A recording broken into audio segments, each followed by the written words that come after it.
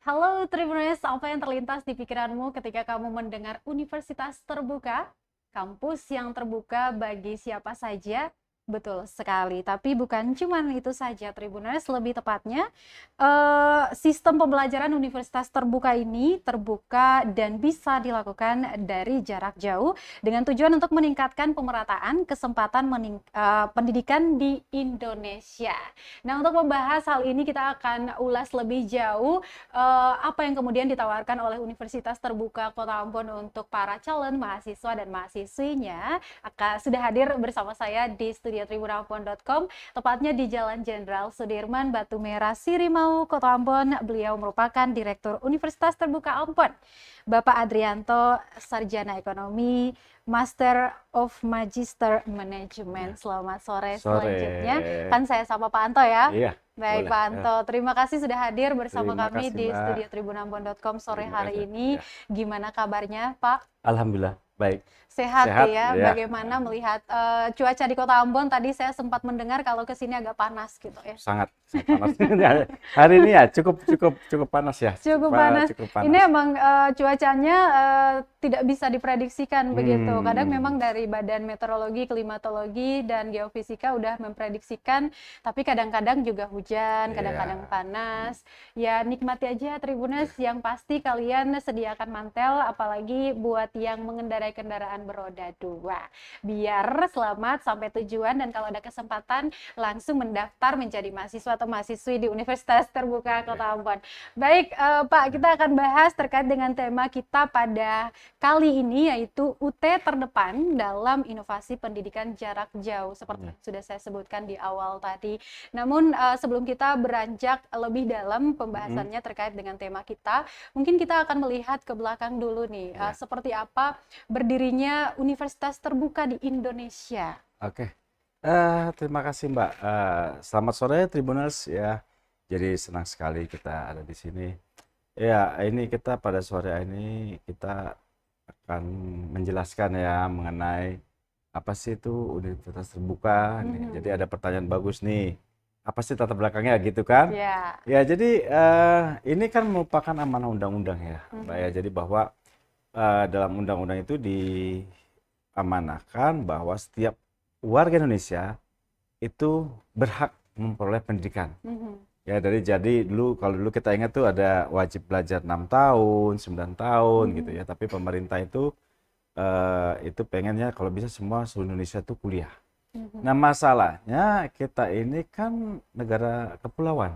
Ya, negara kepulauan termasuk Ambon. Ambon itu kan kepulauan ya. Maluku. Jadi Maluku ya, maaf. Jadi itu Maluku itu kemana? Nah, apakah bisa tuh orang-orang yang mungkin tidak ada akses di luar pulau, di luar kota, jadi mahasiswa?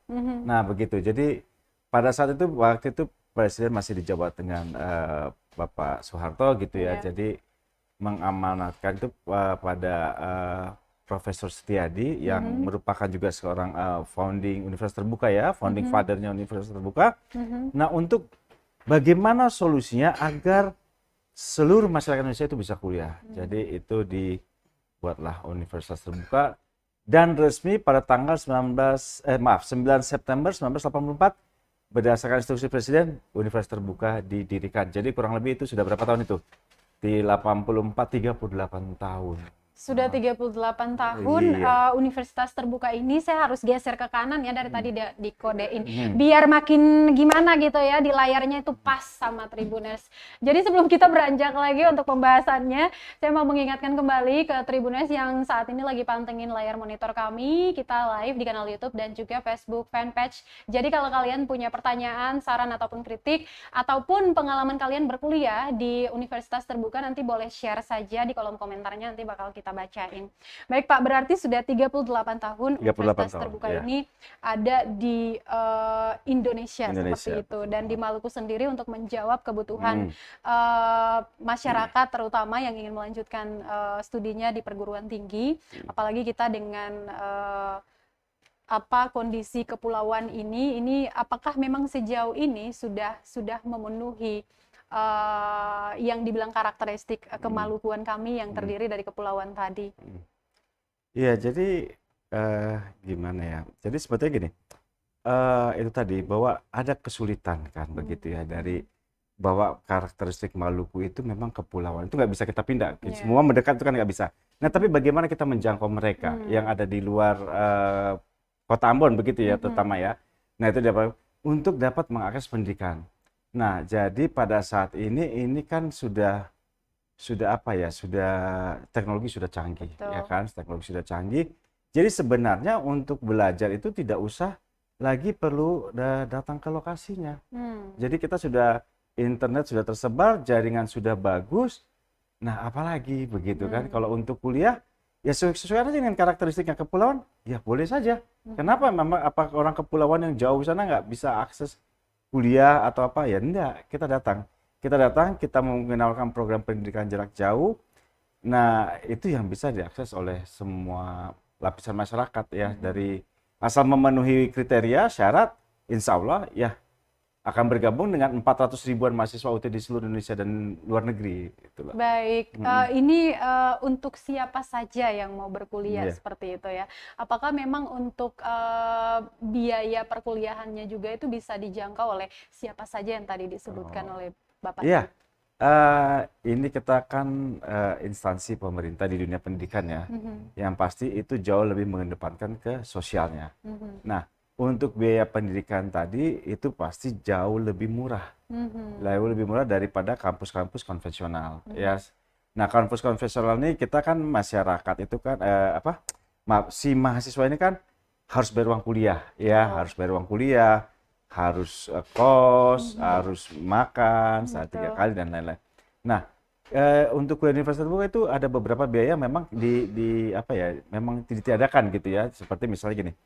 Kalau di universitas terbuka kuliah kan kita di rumah, jadi nggak ada kos. Terus kalau mau makan mungkin masih kalau sama orang tua masih itu gitu atau apa. Nanti dulu. Kemudian biaya pendidikannya juga seperti universitas negeri lainnya karena kan statusnya kan perguruan tinggi negeri. Jadi itu tergantung dari sistem pembelajaran yang bagaimana yang diikuti oleh mahasiswa. Apakah dia si mahasiswa ini mau paket-paket yang sudah disiapkan gitu ya, paket-paket mata kuliahnya, atau mereka mau bebas mengambil mata kuliahnya. Nah, itu tergantung paket yang diapain, tapi tetap biaya terjangkau itu mungkin saya rasa yang paling dasar itu sekitar 1.300.000 per semester. Per semester. Kemudian kalau SKS itu bervariasi antara 38.000 sampai 46.000 rupiah per SKS. Nah, ini jadi sesuaikan aja dengan kemampuan si mahasiswa. Kadang-kadang kan kalau kita udah punya pendapatan tetap gitu ya, atau orang tuanya udah ambil aja 1.300.000 ya, itu sudah sama modul loh, sudah nggak perlu lagi beli buku. Nah, itu ya silakan aja, atau ya mungkin mungkin tahun ini coba dulu 3 mata kuliah deh, gimana sih universitas terbuka, oh ternyata asik ya, semester depan 5 mata kuliah, boleh aja gitu. Oke, nanti untuk sistem akademiknya nanti kita akan bahas lebih jauh lagi begitu ya Pak ya, tapi kembali lagi ke siapa saja yang boleh menjadi mahasiswa di UT Ambon ini. Kalau kita mau melihat kebanyakan para pekerja yang sibuk banget dengan segala macam aktivitasnya yang tidak bisa ditinggalkan, misalnya mereka kebanyakan ya mengambil ke kelas UT begitu. Juga ada muncul seperti yang penting dapat ijazah. Oh iya. Gimana tuh? Memang begini, saya nemukan beberapa kasus itu, bahkan bukan hanya yang penting dapat ijazah gitu ya, memalsukan ijazah juga mau. Nah, itu kita banyak. Nah, tapi kita kan jangan lihat ke sana ya, karena ijazah itu kan pertanggungjawaban dari ilmu yang kita dapat. Nah, jadi kalau memang UT, walaupun ini pendidikan jarak jauh atau bagaimana, ini kita sistem belajarnya sama kok. Jadi harus mengikuti proses. Setelah semua terpenuhi, maka akan mendapatkan ijazah. Ya memang kadang-kadang orang bertanya kan, kuliahnya di mana UT? UT itu kan orang tanya, kampusnya di mana ya enggak ya? Gitu. Nggak pernah kelihatan. Kenapa? Karena masih paradigma pendidikan konvensional gitu kan. Jadi padahal sekarang itu orang kalau kenal itu kan bahwa belajar itu dapat di mana aja, termasuklah di rumah. Nah, kita beradaptasi pada tingkat-tingkat universitas begitu ya. Jadi, nah ini kita juga bahwa dengan kuliah di universitas terbuka itu bahwa kita juga memberikan belajar di rumah itu bisa kok gitu ya. Di mana aja, maaf, bukan aja di rumah, di mana aja bisa kok mengikuti prosedur dan bukan hanya dapat asal ijazah. Saya sering itu ditelepon tuh, Mbak, gimana sekian gitu. Oh enggak, maaf kita enggak seperti itu gitu. Oh, berarti memang karena itu stigma-stigma orang di luar sana terkait dengan universitas terbuka yang mana bisa kuliah dari mana saja. Jadi ya udah ijazah aja gitu kan. Masih ada stigma seperti itu, bahkan ditelepon untuk bisa mengadakan ijazah tembak gitu iya, kan ya. itu. Nah, ini udah cukup jelas kan ya Tribuners, buat Tribuners kalau memang pengen kuliah, stigma yang asalkan dapat ijazah itu sebenarnya tidak, karena ada proses perkuliahan di sana yang seperti kampus-kampus konvensional lainnya, hanya dalam cara penerapannya yang agak berbeda seperti itu ya. Betul. Nanti kita akan bahas lebih jauh lagi. Nah, mungkin boleh dijelaskan dulu di universitas terbuka ini memiliki berapa fakultas gitu Pak yang itu saat kita ini ada Fakultas Ekonomi, FHISIP, FST, FKIP. Ya, kemudian ada program pasca sarjana, bahkan tingkat doktoral. sampai Sampai tingkat dari doktoral. D3 ya? Dari D4 kearsipan, S1, Master Manajemen ya, Magister ya, kemudian ke doktoral D3 ada tiga. Oke, S1, ada S2, tiga S3 ya. ada kita. S1, S2, S3 S3 pun ada begitu ya, dan yang D4 ya. D4 satu ya, tinggal ke kearsipan aja ke D4. Yang lainnya udah S1. Nah, ini jadi tinggal dicocokin aja tuh sama kebutuhannya ya, mau di jenjang yang mana, S1, S2, S3, dan juga fakultas yang disediakan oleh UT di Ambon. Kalau untuk minat sendiri Pak, di Kota Ambon dan Provinsi Maluku ini lebih banyak memilih fakultas apa nih? Oh iya, jadi kalau untuk Maluku itu, tapi data yang tahun semester kemarin itu hukum sama manajemen, ya, Hukum sama manajemen, ya, itu yang paling banyak peminatnya untuk karena gini, hukum kenapa banyak? Karena anggota polisi itu kan, anggota Polri itu, ya, jadi itu banyak bergabung karena mereka itu kalau saya berbincang-bincang gitu, ini ada manfaatnya kalau mereka itu bergelar S1. Yang pertama bahwa mereka bisa jadi penyidik, yang kedua untuk kenaikan pangkatnya itu mereka agak akselerasi gitu ya, yang biasa 4 tahun jadi kan ada S1 jadi 3 tahun. Jadi banyak yang ngambil tuh Mbak. Kemudian kan yang ini kan fleksibel ya Mbak ya. Polisi itu kan muter gitu di mana aja gitu. Kemudian jam tugasnya kadang-kadang pagi, sore nanti tugas. Nah itu mereka lebih fleksibel UT.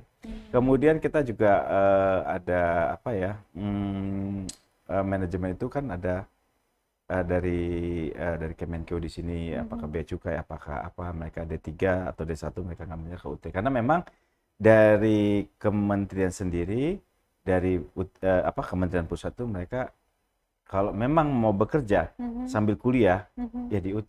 Memang di sana gitu. Jadi nggak boleh berjarak 60 km gitu. Gitu. Jadi banyak yang itu. Jadi gitu. tadi ada Fakultas Hukum sama Fakultas Manajemen yang memang peminatnya banyak begitu ya di di UT Ambon. Nah, kalau untuk mahasiswanya sendiri kebanyakan dari mana sih Pak? Dari Kalau ini yang agak apa ya, agak sedikit unik gitu ya. Kalau saya lihat perhatikan data tuh 2000, kita kan ada sebetulnya kalau dalam setahun 2 kali itu ada 2022.1, ada 2022.2 gitu. Jadi 2022.1 itu justru yang banyak itu justru mahasiswa di Maluku Tengah. Kota Ambonnya banyak, tapi ya mungkin angkanya beda-beda tipis saja. Tapi kalau kita bicara banyak mana, banyak juga di Maluku Tengah. Banyak gitu. juga di Maluku Tengah, di Tual juga, kemudian di Somlaki juga banyak. Nah tapi kalau yang katanya terbanyak itu kali ini kayaknya untuk semester ini agak banyak itu di Maluku Tengah, nggak di Kota Ambon. Kota Ambon banyak. Tapi ini juga apa ya?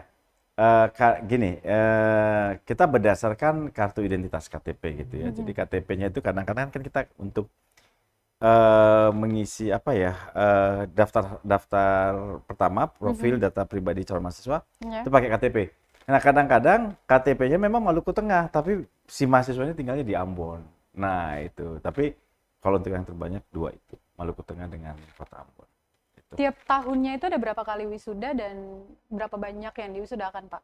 Kalau wisuda itu, kalau kalau kita bicara wisuda ya di UT Pusat ya Mbak ya, itu untuk itu di atas 10 ribuan, di atas. Yes, untuk tahun ini saya lupa ya tahun kemarin, tapi tahun ini kemarin saya baru dapat informasi dari rekan-rekan di UT Pusat itu sekitar 13 ribuan untuk wisuda yang bulan Juli kalau saya nggak salah. Bulan Juli di UT Pusat. Nah, kalau untuk di Ambon sendiri lulusan ya, tapi kita kan nggak bisa wisuda ya. Lulusan itu sekitar setahun itu 200-an ya, 200-an. Jadi selalu ada lulusannya. Kalau untuk keseluruhan UT di mana aja untuk bulan Juli ini sekitar 13.600 sekian lah, saya lupa kapasnya, tapi sekitar 13 ribuan. Baik. Itu deh. Ya, seperti yang kita tahu ya Tribuners, kalau UT itu kampus dengan sistem pembelajaran jarak jauh. Betul, seperti itu. iya. Nah, apa yang kemudian ditawarkan dari UT untuk para mahasiswanya, seperti mungkin fasilitas pembelajaran lainnya yang menunjang pembelajaran para mahasiswa ini? Ya, gini, kalau kita itu kan kalau masuk UT, mahasiswa itu belajar mandiri. Nah, apa yang bisa kita fasilitasi dalam proses pembelajarannya bukan berarti juga kita Mbak masuk nih, terus ya udah nih belajar sendiri aja mandiri, enggak gitu loh. Jadi kita menyediakan bahwa ada yang namanya bahan ajar. Jadi bahan ajar itu buku pegangan untuk si mahasiswa. Dalam arti apa? Bahan ajar ini inilah pengganti dosen, kalau kita di konvensional ya pengganti dosen. Nah, ini berbeda dengan buku biasa, jadi didesain sedemikian rupa ya supaya untuk gampang dipahami. Nah, itu dia. Itu yang pertama yang dapat difasilitasi. Nah, yang kedua itu nanti mahasiswa juga dia bisa mengikuti secara online, belajar secara online. Nah, belajar secara online ini seluruh Indonesia, Mbak. Jadi bukan di Ambon aja enggak. Gitu. Jadi seluruh Indonesia di random ya masuk ke dalam satu kelas si A dosennya. Di random lagi masuk ada. Nah, saya kebetulan bawa mata kuliah juga nih ya, fakultas kebetulan saya kan backgroundnya manajemen gitu. Nah, saya itu juga bawa mata kuliah, ya itu juga. Jadi mahasiswa itu banyak kan dari Jawa dan tidak ada mahasiswa dari Ambon. Karena menjaga objektivitas.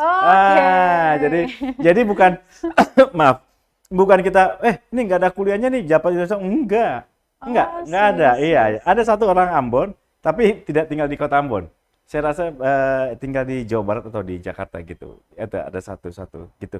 Jadi kita nggak, itu menjaga objektivitas. Jadi saya nggak kenal, kemudian komunikasi hanya via ada menu chatnya. Ya kita gini, kita ada aplikasi tersendiri untuk pembelajaran, bukan Zoom, bukan bukan Zoom, bukan apa. Nah, kita pakai juga ada yang namanya MS Team ya. Kalau Zoom kan dari Zoom, kita itu dari Windows. Nah, itu seperti itu, itu untuk tatap mukanya. Nah, tapi untuk pembelajaran online-nya kan online itu ada yang tadi ya tatap muka secara daring itu, ada juga yang dia terpisah. Jadi kalau di istilah di universitas terbuka itu sinkronus asinkronus. Jadi kalau sinkronus itu bersamaan, asinkronus tidak bersamaan. Nah, jadi mahasiswa kayak Mbak gini kan, aduh mau belajar tapi nanti lagi sibuk, pulang sampai rumah habis makan jam 9 jam 10 nunggu tidur, ya online aja, diskusi aja sama temannya. Jawab aja berarti pertanyaan. sangat fleksibel sekali Iya, ya. itu gitu. Nah, Jadi ini itu. kan kebanyakan kelasnya online seperti itu. Jadi bahkan jauh sebelum COVID-19 merebak di Indonesia, UT sendiri sudah melaksanakan pembelajaran jarak jauh melalui dengan koneksi internet tadi.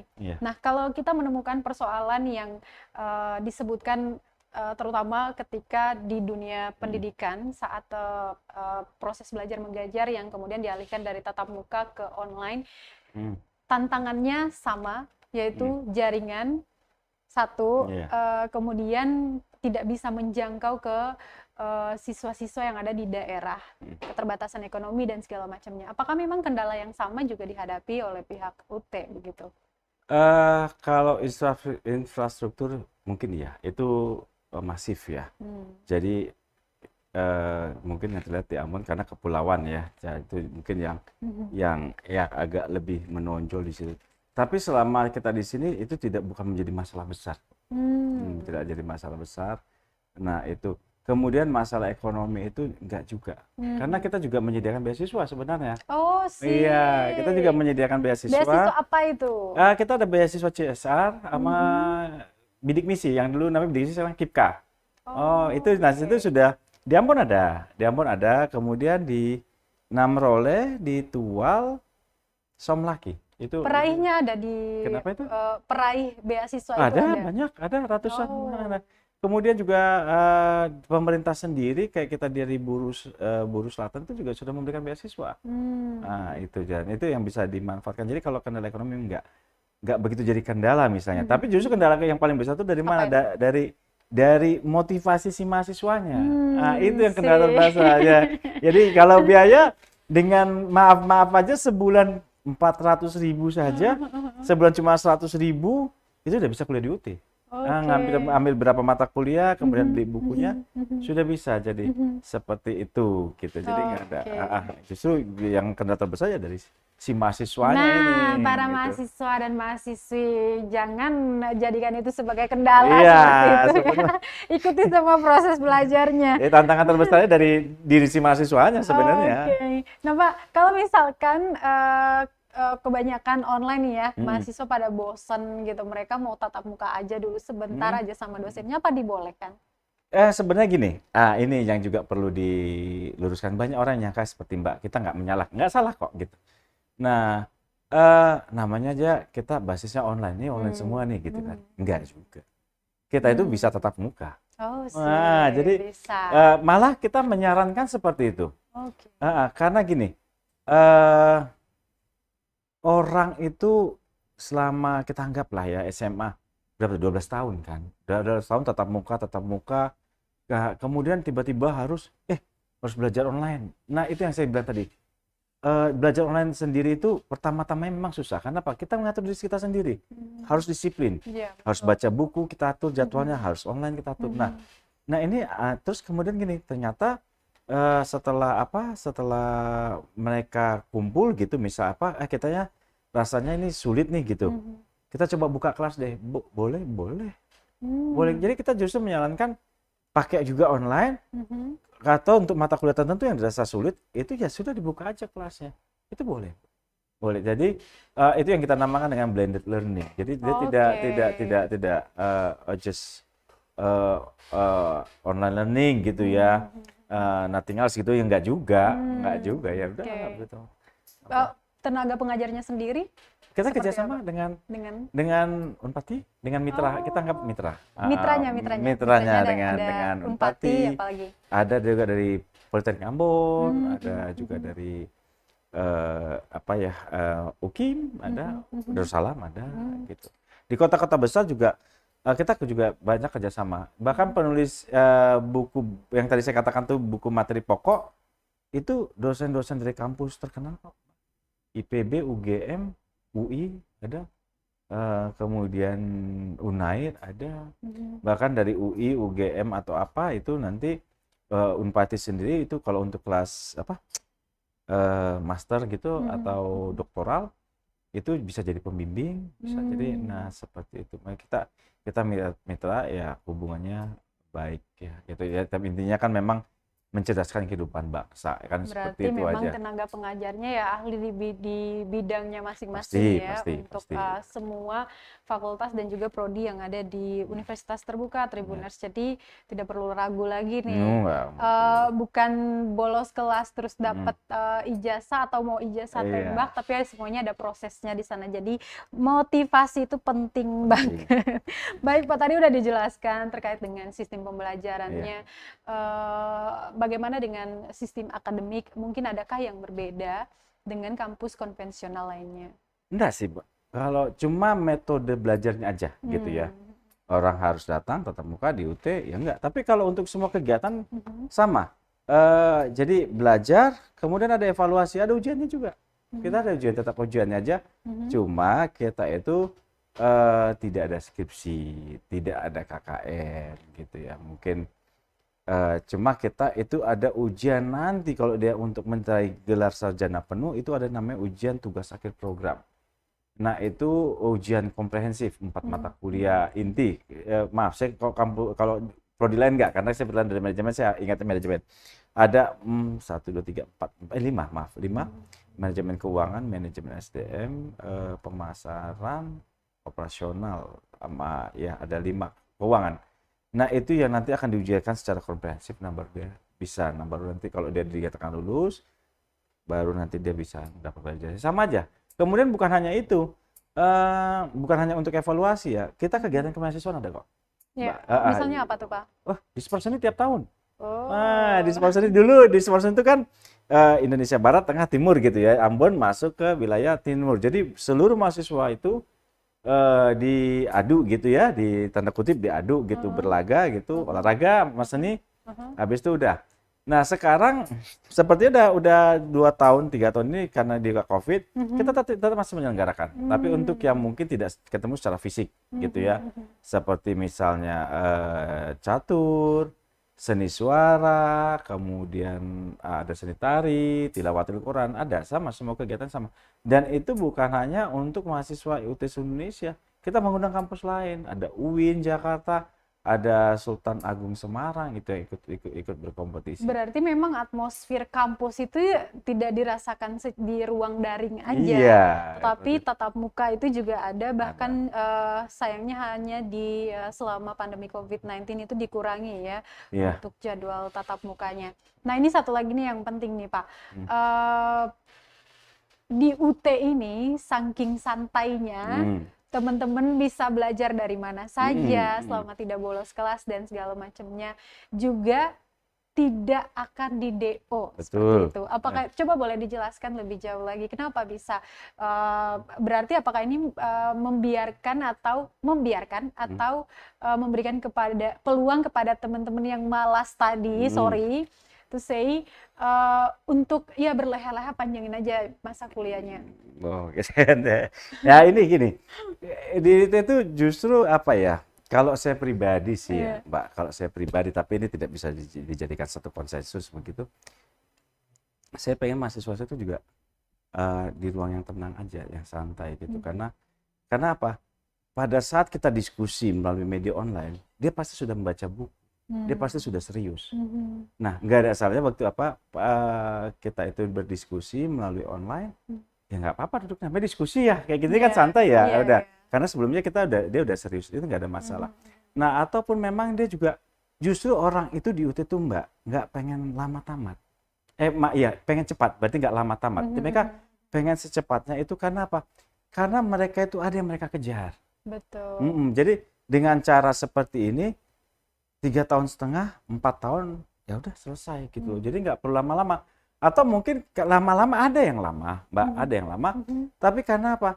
Karena gini, pada saat si mahasiswa ini kuliah di UT, dia ada kenaikan jabatan. Gitu, ada kenaikan jabatan. Terus habis itu sering itu. Udah, itu nggak kan kita nggak hafal ya satu mahasiswa ya. 3 tahun kemudian, Pak, saya mau kuliah lagi. Emang Bapak udah pernah daftar?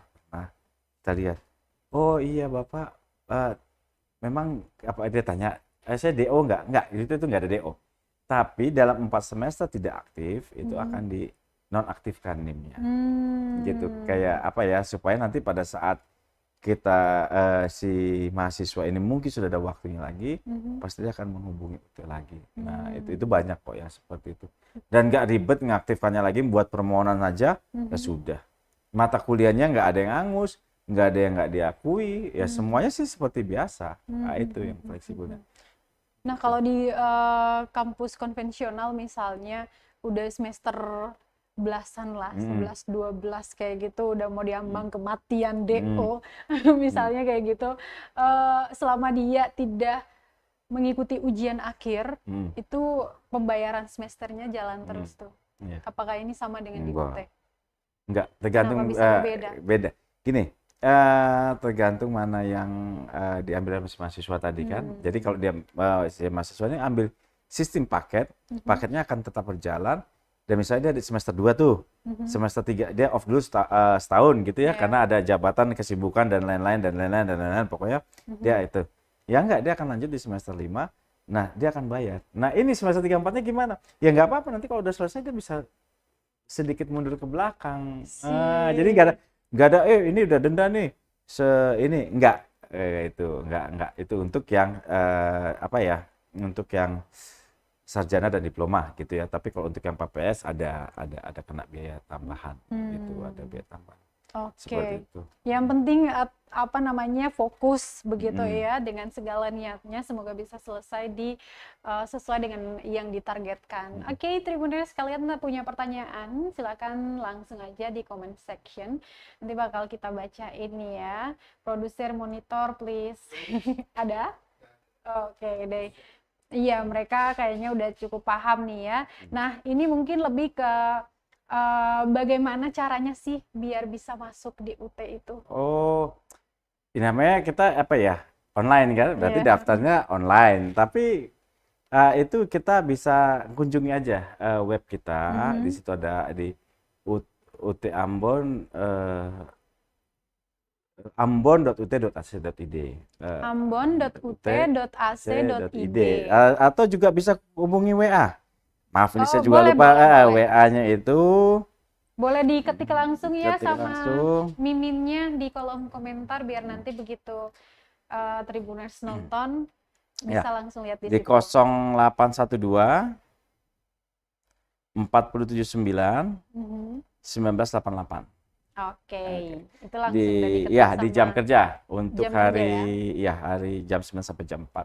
Hari Sabtu juga jam 9 sampai jam 2 Atau gitu. juga boleh di Instagramnya ya, Instagramnya di ada UT UT Ambon. Ambon. UT Iya. Ambon itu nanti bisa bertanya mungkin atau mau konsultasi dulu sebelum ngambil Boleh. jurusannya bisa ya? Bisa banget, bisa banget. Ya kadang-kadang gitu. Jadi supaya apa? Konsultasi dulu supaya mereka tuh tidak salah paham gitu Betul, ya. iya, iya. Tidak salah paham. Jadi bahwa menjatuhkan pilihan Mhm. berdasarkan kita lah yang ini bagi pertimbangan kita Mhm. sampai menjatuhkan oke di UT. Oke, Gitu. berarti itu memang ada tenaga khusus yang bisa menjawab atau mendengarkan eh, apa namanya pertanyaan para calon mahasiswa dan Ada. mahasiswi ketika mereka baru saja lulus fresh Mm-mm. grad SMA misalnya dan Iya. mereka pengen nggak tahu nih mau ngambil apa nih Mm-mm. minatnya mau kemana gitu kan, boleh konsultasi nanti Boleh. ada ahli yang kemudian bisa menjawab pertanyaan para calon mahasiswa dan mahasiswi di Universitas Ambon. Pertanyaan terakhir saya Pak, Iya. kenapa sih Hmm. para calon mahasiswa dan mahasiswi ini harus Hmm. memilih UT sebagai universitas pilihannya? Oh ya. Sebenarnya kalau alasannya saya apakan Mbak, saya jelaskan Ya. secara panjang lebar mungkin kita nanti maghrib baru Betul. selesai. Kan gitu ya. Jadi nggak apa-apa. Ini intinya saja beberapa alasan kenapa sih kita harus kuliah di UT gitu. Yang pertama bahwa UT itu, ini jangan tolong Tribuners jangan lagi ada tanya UT itu negeri atau swasta sih, negeri atau swasta aja loh ya. Universitas 100% negeri. Ya 100% negeri. Udah, nggak usah diragukan lagi. Ya, udah ada. Nah, itu yang pertama, universitas negeri. Nah, kemudian apa? Universitas terbuka itu apa ya? Pembelajaran itu sesuai dengan kebutuhan. Gitu ya. Jadi kita tidak ada pemaksaan. Kita serahkan sama mahasiswa. Mau belajar bagaimana?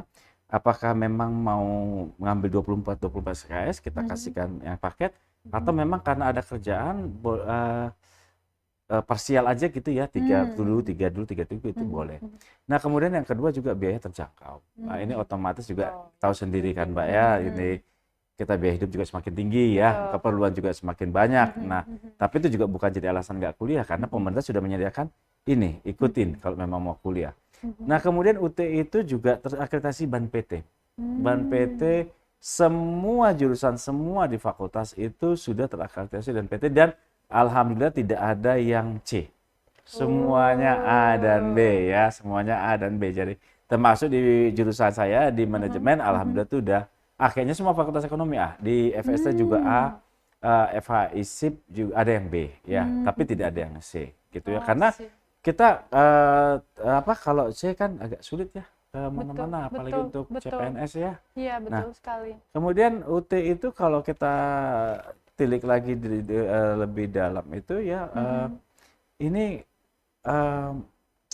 salah satu penghasil, kita ambil sederhana aja ya. Kalau pengusaha udahlah CPNS terbanyak tuh dari Universitas Terbuka alumninya.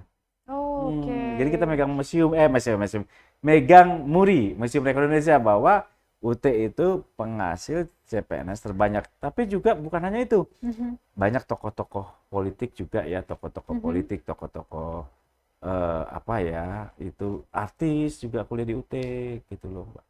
Adik ada, kalau kita boleh bilang itu Bapak Wiranto, Bapak Muldoko, mendiang Ibu Ani Yudhoyono, ya istri Presiden kita SBY, beliau-beliau itu alumni UT, beliau-beliau alumni UT, kemudian Bu Muriati Sudibyo, itu alumni UT. Nah, bisa dibayangkan, bisa dilihat aja kalau memang Universitas Terbuka itu melahirkan banyak sekali pimpinan-pimpinan dan juga mereka yang menduduki posisi-posisi strategis lainnya di publik seperti itu ya. Baik Pak, closing statement-nya mungkin tagline dari UT boleh tuh buat Tribuners nih, silakan.